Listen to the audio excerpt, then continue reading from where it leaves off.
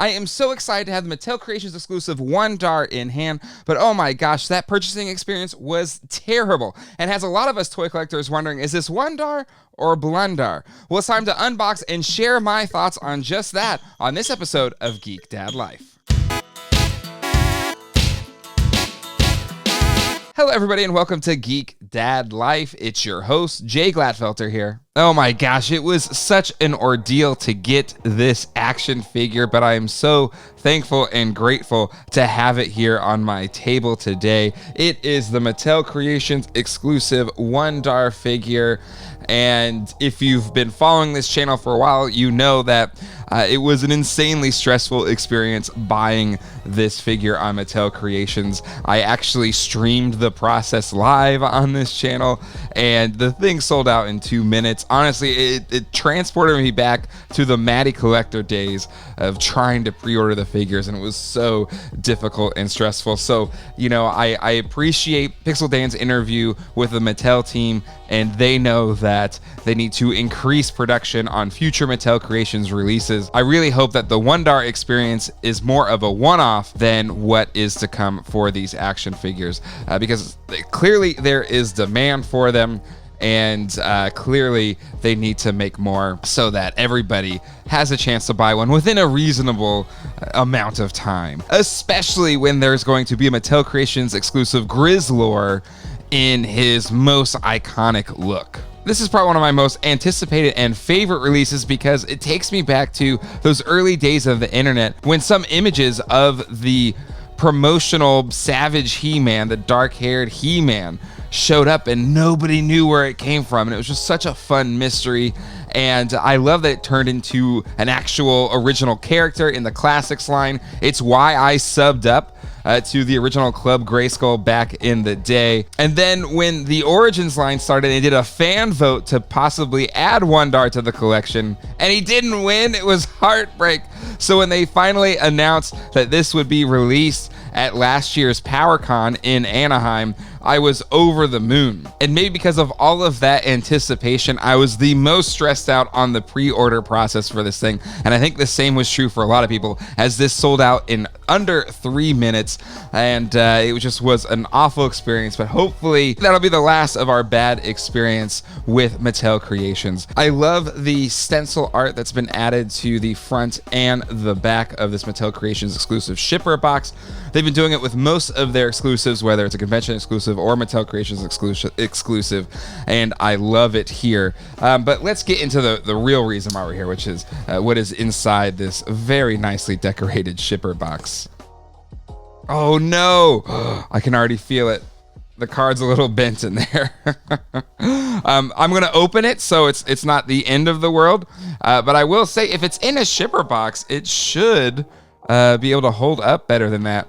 But honestly, this card feels a little bit thinner than some of the other ones. Again, it could just be maybe it got too hot and it kind of curled in the box or something like that. But I definitely have a curve here. But again, luckily I'm not looking to keep this mint on card. But I will say, the Mattel Creations and how they have the full art on the back of the card is so freaking cool, and I love the work done here by Axel and Francisco. The art looks incredible with Wun-Dar, and we have an early version of Teela there, and then we've got the Skeleton Warriors, which we saw at San Diego Comic-Con in that Eternia display. But I absolutely love the full-size art on the back of these cards that we've gotten in the Mattel Creations exclusive so far. And then on the front, I also love that we got more Wun-Dar artwork to kind of denote this deluxe, or I guess this exclusive version of the character. And just overall, love the packaging, even if mine came in a little bit curled out of the box. All right, I have waited too long to hold this figure in my hands, so let's do that. All right, for starters, I love that we're getting an original mini comic with this figure, doing the origin of Wun-Dar. I absolutely love that, and excited that we're getting that here with this figure. Ooh, love that we have Moss Man in here as well. And yeah, absolutely love that we got an original mini comic. If there's one, you know, it's a minor gripe, but with the main retail line, it's the same mini comic for all of the figures in that wave. All right, and we've got our Wonder Bread, Wun-Dar, He-Man. And again, I know it had nothing to do with Wonder Bread. And I get if people don't like that as a name. I totally understand it. But for me, I love it. It's part of its story. Even if it's not an official part of its story, it's not, you know, an actuality of its original history, it became a part of its history because of the mystery involved with the figure.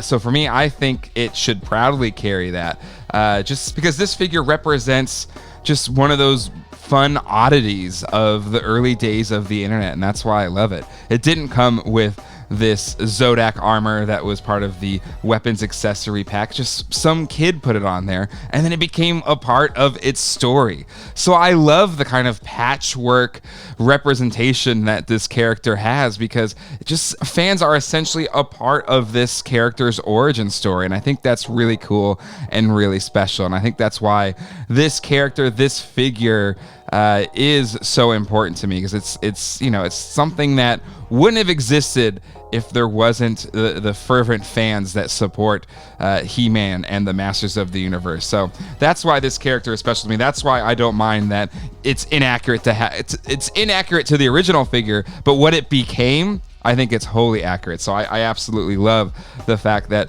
we have the black Zodak armor on this figure. And what's great about this Wun-Dar figure, you can just take off that armor and then you have your classic Savage He-Man look. And it still looks awesome. I love the weapons that they've packed in with this Wun-Dar as well. It's an assortment of the kind of the Manny Faces weapons, those extra red weapons that he came with sometimes. They are brown here instead of the red, but I love that we've gotten those. And then I also love that we've got a brown Zodak gun, which again, he was generally paired with the MOTU Accessories Pack Black Zodak gun, but I'm cool with it being brown here. Again, this is a kind of a hodgepodge character based on, you know, fan theories and stuff like that. So I'm cool however they decide to package this guy. But for me, I freaking love the approach that they've taken here. And I love, even though it's just a repaint, of a He-Man figure, I love how good it looks in hand. I have a vintage He-Man right here. And honestly, I think this is the best the new vintage head has looked on a MOTU Origins buck so far. I think it looks fantastic. I do have the original San Diego Comic-Con exclusive Origins He-Man. And I know people hate, I really like the head sculpt, the new head sculpt that they added. But let's add the vintage one here to his head, even though the color's slightly off. And yeah, maybe just the brown hair. I just think it looks better on the Wun-Dar versus the bright yellow blonde hair on the other vintage style head sculpts. And again, maybe just because, you know, it wasn't super, and this could be age too on the vintage one. But I don't know, just the brunette He-Man here features or it shows off the vintage head sculpt better. I mean, I can just see the hair better because it's not like a bright yellow plastic. It's a darker brown plastic. So maybe that's why I'm seeing that way in my eyes. But I think this thing looks freaking awesome. One of the things that I have loved about the Origins toy line is how it allows people to own, you know, fairly rare versions of the figures that can be, you know, in case of Scareglow, hundreds of dollars. But with this Wonder Bread He-Man or Wun-Dar or Savage He-Man, you know, it's thousands of dollars to buy one of these figures now. So for those that don't want to drop $2,000 on an original vintage one, for much less than that, even though this thing sold out really fast, you're in the $50 to $60 range on the secondary market for one of these Wun-Dars. For a much cheaper price, you have a Wun-Dar on your shelf that, if I'm saying it next to this vintage He-Man, I think will fit in just fine, either with your vintage display or your complete Origins display. I say that knowing that currently my vintage display is a hybrid of Origins figures that have allowed the vintage ones to get off their feet and rest for a bit, and the vintage figures that they haven't done yet in the Origins line. So for me, I think the figure is a home run. I absolutely love it. I love that they added it to the line. The only thing that I don't love about it is how poor the purchasing experience was. But thankfully, so far, the secondary market prices aren't extreme. And hopefully they can re-release this figure in the future. Maybe you do it without the Zodak armor, or put it in a pack-in with a bunch of figures or something like that, to allow even more fans the chance to get this Wun-Dar figure. Because I think the thumbnail, I'm going to be saying Wun-Dar or Blun-Dar.